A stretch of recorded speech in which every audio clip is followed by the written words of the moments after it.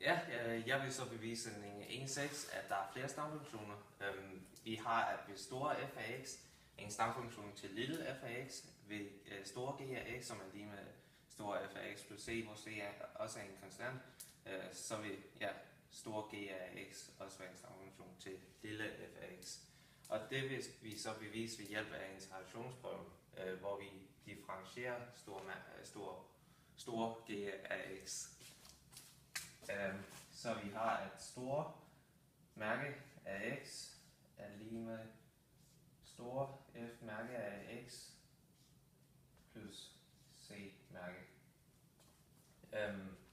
Og vi har, at store mærke, store f mærke af x, det er jo bare lige med lille f af x. Og vi har, at hvis vi differentierer c som en konstant, giver det bare 0.